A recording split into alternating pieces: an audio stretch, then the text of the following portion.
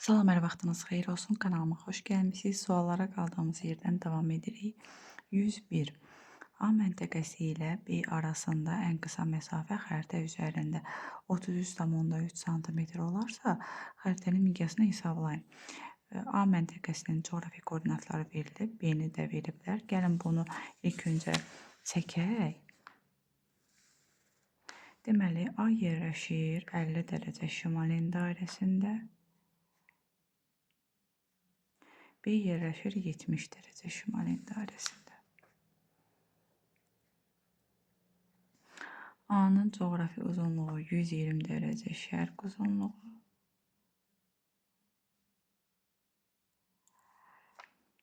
B-nin coğrafi uzunluğu 60 dərəcə qərb uzunluğu.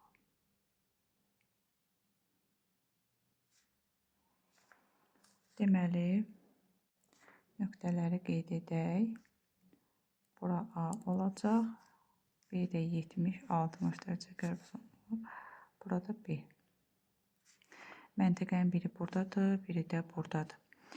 İndi nə deyir? Deyir, bu məntəqələr arasında ən qısa məsafə xəritə üzərində 33,3 sm-dir. İndi biz həqiqi məsafəni tapmalıyıq ki, miqyası da tapa bilək. Ən qısa məsafəni tapmalıyıq. Ən qısa məsafəni tapmaq üçün biz qütbdən keçməliyik. Niyə? Çünki məntəqənin biri 70 dərəcə şimalin dairəsində yerləşir, biri 50 dərəcə. Bunlar arasındakı ən qısa məsafə qütbdən keçməklə olacaq. Çünki niyə görə? İkisi də əks meridianlarda yerləşir. 60 dərəcə qərb uzunluğu ilə 120 dərəcə şərq uzunluğu əks meridiandır bir-birinə. Ona görə də bu məntəqələr arasındakı ən qısa məsafə təbii ki, qütbdən keçməklə, yəni təsəvvür edin bu şəkildə də belə qütbdən keçməklə olacaq ən qısa məsafə. İndi gəlin baxaq. B məntəqəsindən qütbə qədər olan məsafə nə qədərdir? Onun üçün tapmaq üçün 1 90-dan çıxaq 70-i B-nin yerləşdiyi en dairəsi 20 dərəcə, yəni 20 dərəcə bir gedəcək. Sonra A məntəqəsindən yenə qütbə qədər nə qədər olacaq? 90 çıxılsın 50. O da bərabərdir 40. Yəni ümumilikdə biz neçə dərəcə yol gedəcəyik onu tapaq. 20 dərəcə üstə gəlirsən 40 dərəcə, o da bərabərdir 60 dərəcə. Yəni biz ümumilikdə 60 dərəcə yol getmiş olacaq. Biz bilirik ki, meridian üzrə 1 dərəcənin qiyməti 111 kilometrdir. Ona görə 60 dərəcəni biz 111-ə vuraraq həqiqi məsafəni tapa bilərik.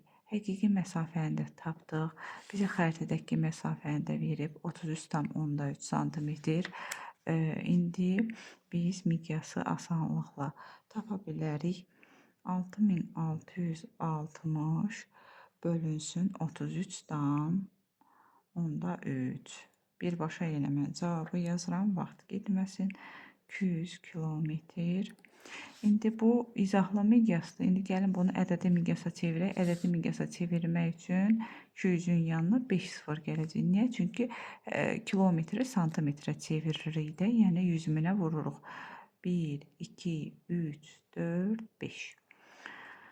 Deməli, baxırıq variantlara. A variantı uyğundur. 1 bölünsün 20 milyon. 101-in cavabı A variantı. Sual 102. 54 dərəcə cənub enliyi və 38 dərəcə şərq uzunluğundan 0 dərəcəlik azimutla 2775 km hərəkət etsək, çatdığımız məntəqə ilə cənub tropik xətti arasında qalan ən qısa məsafənin və həmin məntəqənin Qvineya körfəzindən hansı istiqamətdə yerləşdiyini hesablayın. Gəlin onu çəkək burada. Deməli, məntəqə yerləşir 54 dərəcə cənub enliyində, 38 dərəcə şərq uzunluğunda.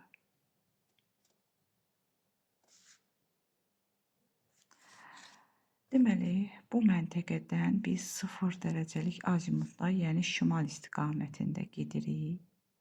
şimal istiqamətində. Nə qədər gedirik? 2775 kilometr gedirik. Biz bilirik ki, meridian üzrə 1 dərəcənin qiyməti 111 kilometrdir. Ona görə neçə dərəcə getmişik onu tapacağıq. İlk öncə 2770-i böləcəyik 111-ə. O da bərabərdir 25 dərəcə. İndi nə edəcəyik? Təbii ki, biz üzü şimala getdiyimiz üçün və cənub en dairəsində olduğumuz üçün üzü şimala doğru dərəcənin qiyməti azalacaq. Deməli, onun üçün nə edəcəyik? 54-dən çıxacaq 25 dərəcə. Yəni, ekvatora yaxınlaşdıqca, bu da bizim olsun ekvatorumuz. Ekvatora yaxınlaşdıqca təbii ki, dərəcənin qiyməti azalır. 54-dən 25-i çıxırıq 29 dərəcə. Yəni, biz dayandıq 29 dərəcə cənub enliyində. Sonra nə deyir? Çatdığımız məntəqə buradır. Cənub tropik xətti arasında qalan ən qısa məsafəni tapın deyir. Cənub tropik xətti də biz bilirik ki, 23,5 dərəcə enlikdir. Yəni, buradır. Burada yazaq 23,5 dərəcə cənub enliyi. Deyir ki, bax, buradan bu nöqtədən bura qədər olan məsafəni istəyir. Bura bizim məntəqəmiz idi, burada cənub tropikidir. Bax, bu məsafəni istəyir bizdən. O məsafəni tapmaq üçün nə edəcək? Təbii ki, 29-dan çıxacaq 23,5-i. Gəlin çıxaq. 29 çıxılsın, 23,5. O da bərabərdir. Birbaşa yenə cavabı yazın, 5,5 kilometr. İndi nə edəcəyik? Biz, daha doğrusu üzr istəyirəm, 5,5 kilometr yox, dərəcədir hələ bu. Biz indi kilometrə çevirəcəyik. Kilometrə çevirmək üçün də təbii ki, meridian üzrə hərəkət etdiyimiz üçün 5,5 dərəcəni vuracaq 111 kilometrə. O da bərabərdir 610,5 kilometr. Biz tapdıq. Buradan bura qədər olan məsafəni tapdıq. İndi nə deyir bizdə? Bizdən soruşur ki, deməli, həmin məntəqənin Qvineya körfəzindən hansı istiqamətdə yerləşdiyini hesablayın. Həmin məntəqə bu idi. Qvineya körfəzində bilirik ki, ekvatorla Qrimviç meridianın kəsişmə yerində yerləşir. Yəni, bura ekvator idi. Burada Qrimviçdir. 0 dərəcəlik uzunluq. Deməli, Qvineya körfəzi buradadır. Məntəqəmiz də burada idi. Bax, görək istiqamət nə istiqamətidir? Deməli, cənub-şərq istiqamətində yerləşir. Həmin məntəqə Qvineya körfəzindən cənub-şərq istiqamətində yerləşir. Bu istiqaməti də bir də aşağıdan çəkin, burada ola bilər yaxşı görməmisiniz. Baxın, istiqamət bu istiqamət. Bu istiqamətdə hansı istiqamətdir? Cənubi-şərq istiqaməti. Variantlara baxırıq. 102-nin cavabı Y variantı. Sual 103. 42 dərəcə şimal enliyi və 32 dərəcə şərq uzunluğundan gəlin onu çəkək ilk öncə. 42 dərəcə şimal enliyi, 32 dərəcə şərq uzunluğu. Şərq uzunluğu. Deyir 180 dərəcəlik azimutla 2775 kilometr hərəkət eləmişik. 180 dərəcəlik azimutda cənub istiqamətidir və nə qədərdir? 2775 kilometr. İlk öncə edirik 2775-i bölürük 111-ə, çünki meridian üzrə hərəkət edirik. Cavabı yenə birbaşa yazıram 25 dərəcə. Sonra biz şimal en dairəsində idik və ekvatora doğru hərəkət etdiyimiz üçün yenə dərəcə qiyməti azalacaq. Bunun üçün 42-dən çıxacaq 25-i, o da bərabərdir 17 dərəcə. Biz deməli gəlib dayanmışıq 17 dərəcədə. Şimal en dairəsində. Burada dayanmışıq. İndi bizdən nə istəyir? Deyir ki, çatdığımız məntəqə ilə şimal tropik xətti arasında qalan ən qısa məsafəni və həmin məntəqənin Qvineya körfəzindən hansı istiqamətdə yerləşdiyini hesablayın. Deməli, şimal tropikdə biz bilirik ki, 23,5 dərəcə şimal enliyində yerləşir. Baxın, bizdən bu məsafəni istəyir. Şimal tropikinə qədər olan məsafəni. Bu cür nə edəcəyik? Təbii ki, 23,5-dən 17-ni çıxırıq. Yəni 2 məntəqə arasındakı dərəcə fərqini tapırıq. O da bərabərdir 6,5 dərəcə. Dərəcəni də sonra kilometrə çeviririk. Meridian üzrə 1 dərəcə 111 kilometrdir. Ona görə 6,5 dərəcəni vururuq 111-ə, tapırıq 721, yeni dərəcə yazdım. 721,5 kilometr olmalıdır. Variantlara baxırıq. 721,5 A variantındadır. İndi gəlin Qvineya körfəzindən olan istiqaməti də təyin edək. Biz bilirik ki, Qvineya körfəzi 0 dərəcəlik enlikdə 0 dərəcəlik uzunluğun kəsişməsində yerləşir. Yəni Qvineya körfəzi buradadır. Çatdığımız məntəqə də buradaydı. İstiqamət olaraq bu hansı istiqamətdir? Bu istiqamət şimal-şərq istiqamətində, yəni belə bu şəkildə. Şimal-şərq. Variantlara baxırıq. Yeni A variantı uyğundur.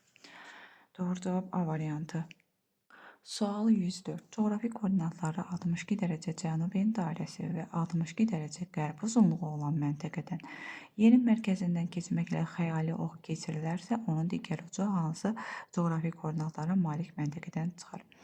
Deməli, biz yerin mərkəzində xəyali ox keçirərkən həmin məntəqənin coğrafi enliyi rəqəm olaraq dəyişməyəcək. Amma əks enlikdə olacaq. Yəni 62 olduğu kimi saxlanacaq. Lakin cənub enliyi yox, şimal enliyində olacaq.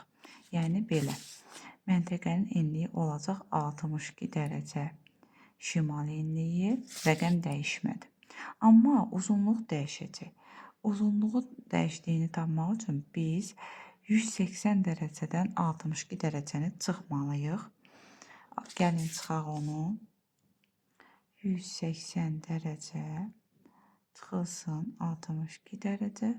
O da bərabərdir 118 dərəcə. Yəni əks meridiyanda çıxacaq. Meridiyanı, yəni uzunluğu tapmaq üçün 180-dən çıxırıq. Lakin enlik rəqəm olaraq dəyişmir. Sadəcə adı dəyişir. Deməli, məntəqənin coğrafi koordinatları oldu 62 dərəcə şimal enliyi, 118 dərəcədə təbii ki, şərq uzunluğu olacaq. Çünki əks meridian olur. Variantlara baxırıq. Baxaq. 104-ün cavabı Y variantı. 62 şimal enliyi və 118 dərəcə şərq uzunluğu.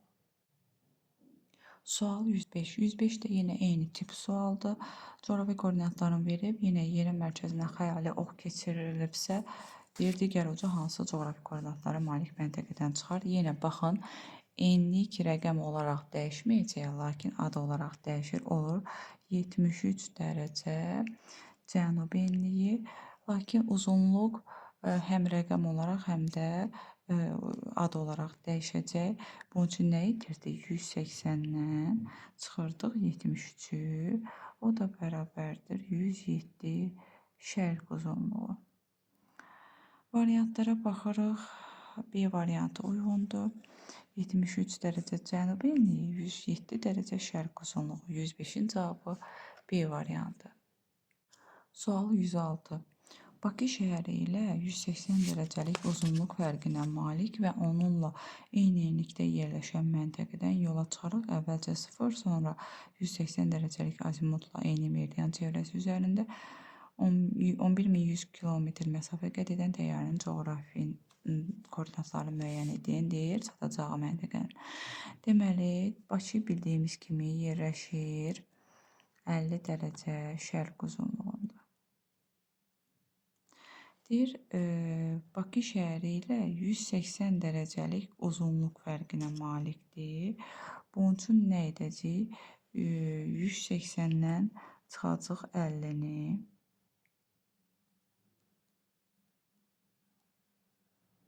O da bərabərdir 130.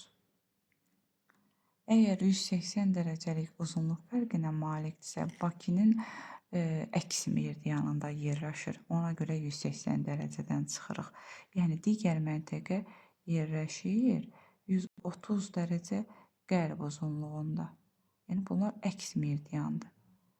Əks meridian. Sonra nə deyir?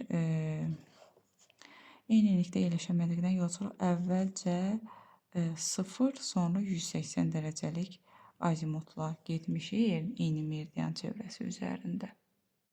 Deməli, həmin məntəqə 40 dərəcə şimal enliyində yerləşirdi. Bakı ilə eyni enlikdə yerləşirdi.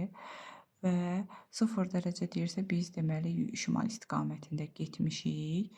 Yəni qütbdən keçməklə olub bu məsafə. 0 dərəcə şimala, sonra 180 dərəcəlik cənuba doğru getmişiksə, deməli biz qütbdən keçmişik. Biz bilirik ki, 40 dərəcədən qütbə qədər nə qədər məsafə var? 50 dərəcə. Bunu necə tapdıq?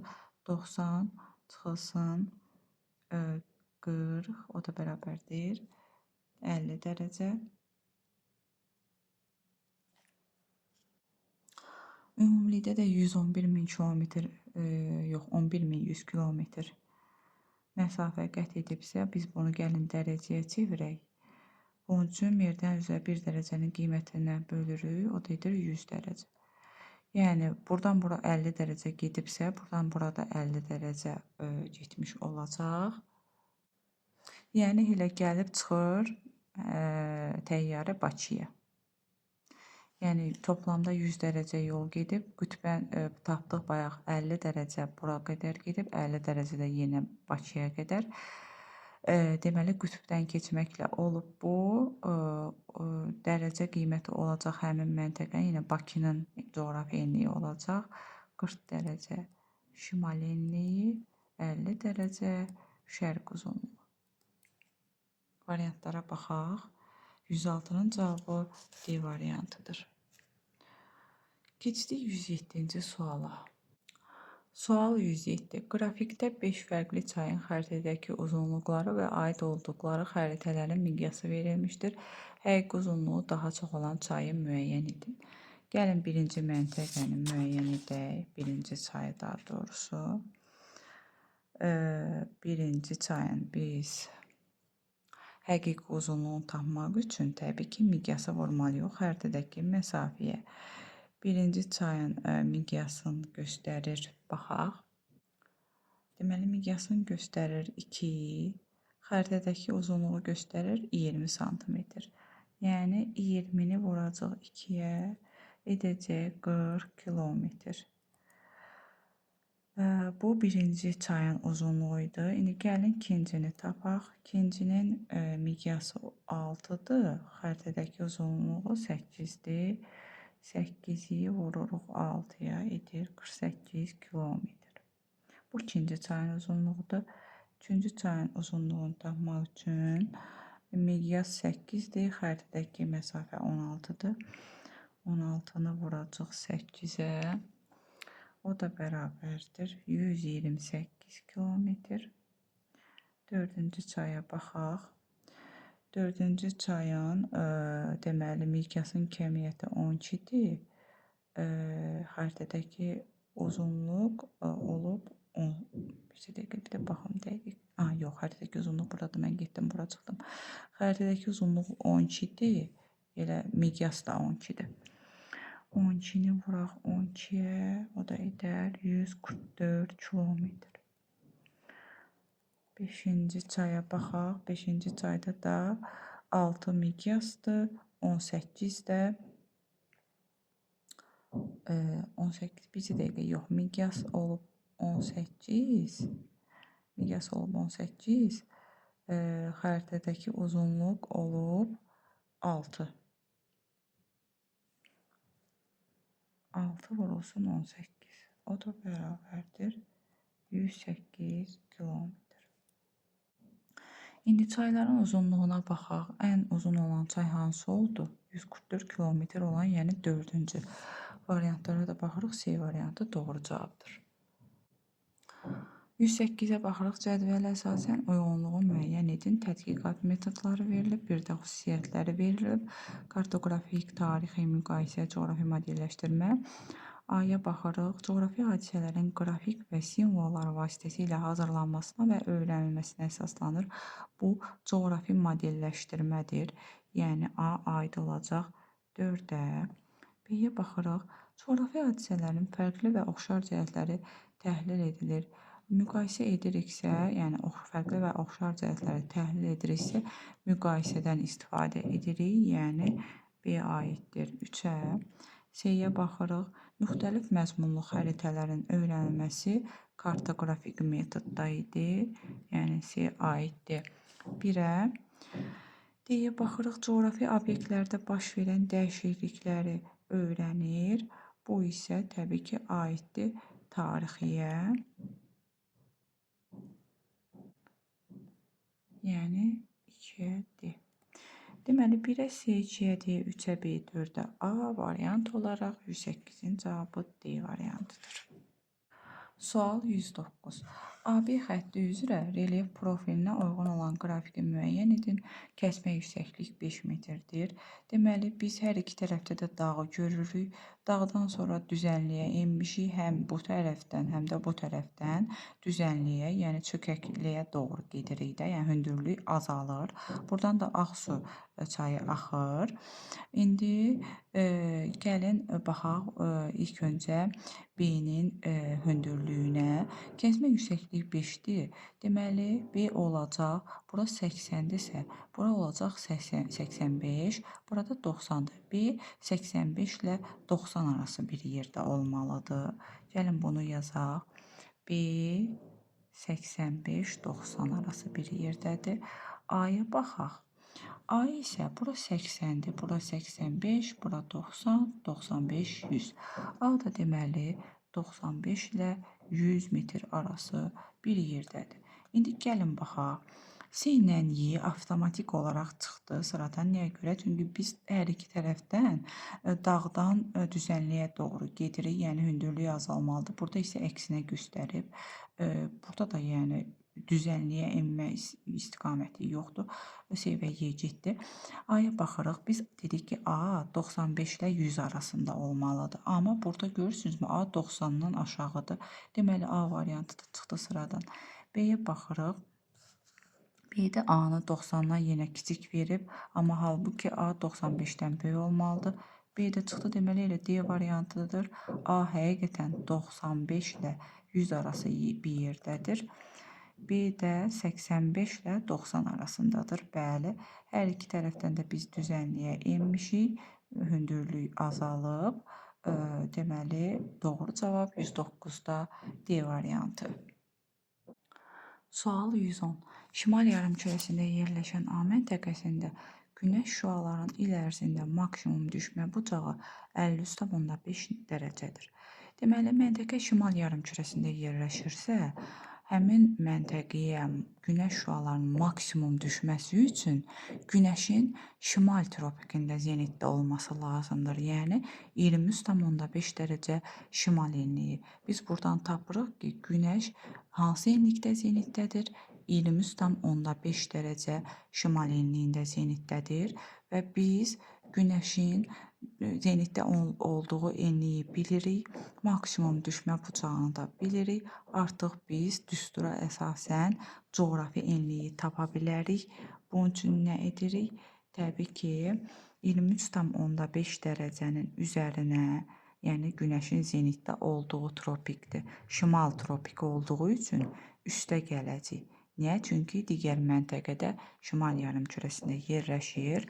Hər ikisi də şimal yarımkürəsində yerləşdiyi üçün üstə gəlirik. Əgər cənubda yerləşsəydi, onda çıxacaqdıq. Deməli, 23,5 dərəcə üstə gəlinsin. Maksimum düşmə bucağı ümumilikdə 90 dərəcədir. 90-dan çıxırıq həmin məntəqəyə maksimum düşmə bucağı 53,5-i. O da bərabərdir 23,5 üstə gəlinsin 36,5. O da bərabərdir 60 dərəcə şimal endarəsi.